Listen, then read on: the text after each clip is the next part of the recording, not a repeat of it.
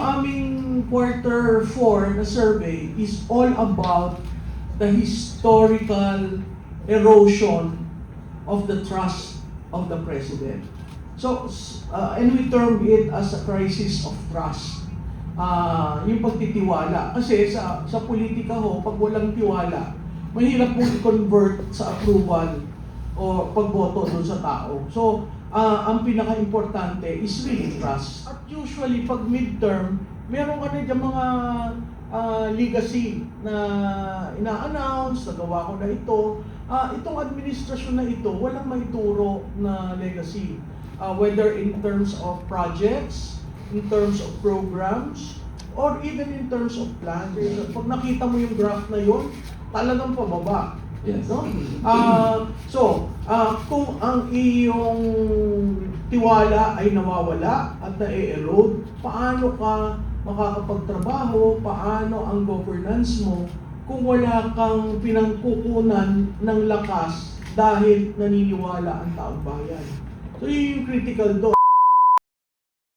27, actually maganda yung pagbat kasi lahat negative. Pero ako, may tinatawag sa survey framing, ang tawag doon Likert scale. Sa Likert scale, meron kang mga ilang options. So kung meron kang approval, undecided, disapproval, hindi mo pwedeng iset aside yung undecided, no? May nakitahan akong interpretasyon na isang magaling rin na sa numero, sinabi niya doon na kaya ko ginawang negative ito kasi gusto kong i-compare. Pero it doesn't mean sineset aside ko yung undecided. Doon sa sinabi ni Rob, yun yung rating ng cabinet. So meron kaming anong approval, trust ng Presidente, Vice Presidente, yung 5 na President, Vice President, Senate President, Speaker, Chief Justice. Vis-a-vis, ano ang approval ng kabinete? Yung nung negative 27, galing yon sa ang disapproval ay 51%. Sa akin, mas telling yung 51%. Kasi ibig sabihin, majority disapprove sa trabaho ng kabinete. And that is being polled again by the trust. So yung aming quarter 4 na survey is all about the historical erosion of the trust of the President. So, and we term it as a crisis of trust.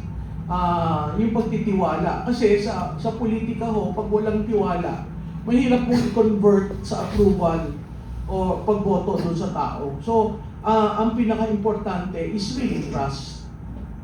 Alright, so to be specific po, yung approval from the Pahayag 2025, ang disapproval ng Presidente ay nasa 55%. And yung trust niya na low or no trust is nasa 62%. So that's very significant. So question ko lang po, is ano po ang implications nito dun sa leadership ng Presidente natin, especially in a situation na kung nasaan tayo ngayon? Well, alam mo Rob, napakahirap kung ganun yung numero mo. Kasi you're on your third term, which is the midterm. At usually, pag midterm, meron ka na dyan mga legacy na ina-announce, nagawa ko na ito. Itong administrasyon na ito, walang maituro na legacy.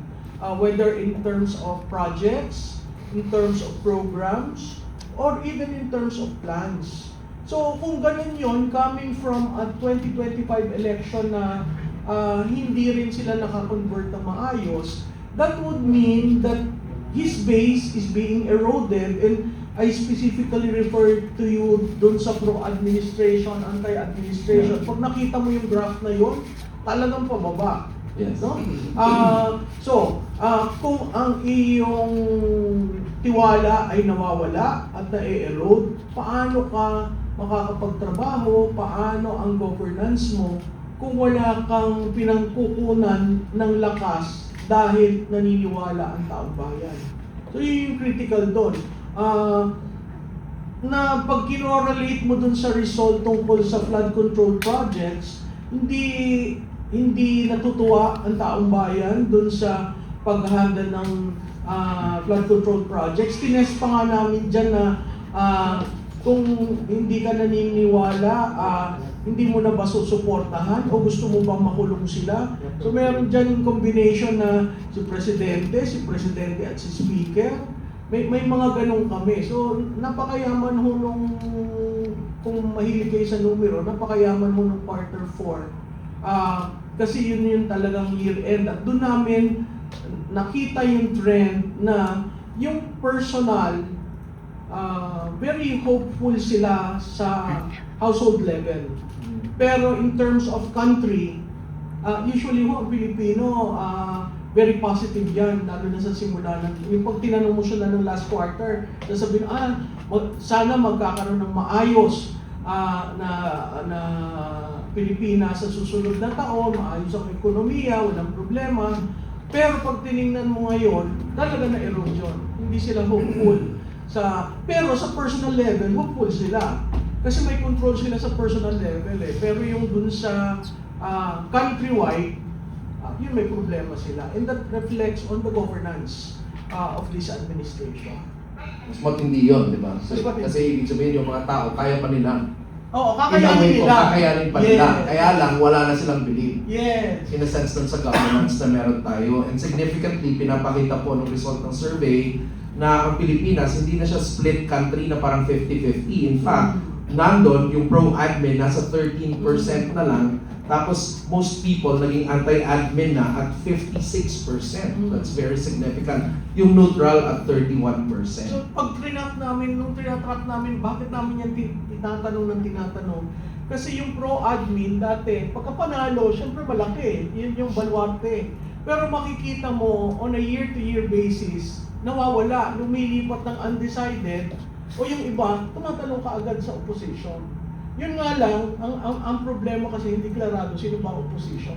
Oo.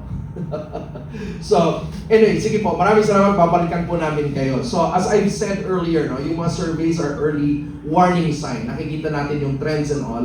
And also, I think now we're entering a more compelling phase, which is the conscience phase, where we get to see some people, insiders mismo, who are beginning to speak. Tapos yung silence dati, ngayon, nakikita natin may mga lumalabas na. Tama? So, nandun yung, we've seen some people na, for example, sila Colonel Odi Mongao, na nag-express earlier ng withdrawal niya dun sa personal support niya para sa presidente natin. And kung titignan mo naman ito, based on the survey, may basis siya dun sa sinabi niya. Pero nandito po ngayon, no, si Attorney Virgilio Garcia is also a retired Brigadier General ng AFP. Ano po yung may idea po ba kayo dun sa pinaka-stand? Just to clarify, ano po yung pinaka-stand po ni Colonel Mongao? Okay. Pero bago yan, Ma'am Malu, may legacy po si Presidente Marcos. Consistent ang constitutionality ng budget. From 2023, 2024, and 2025, unconstitutional po yung budget niya.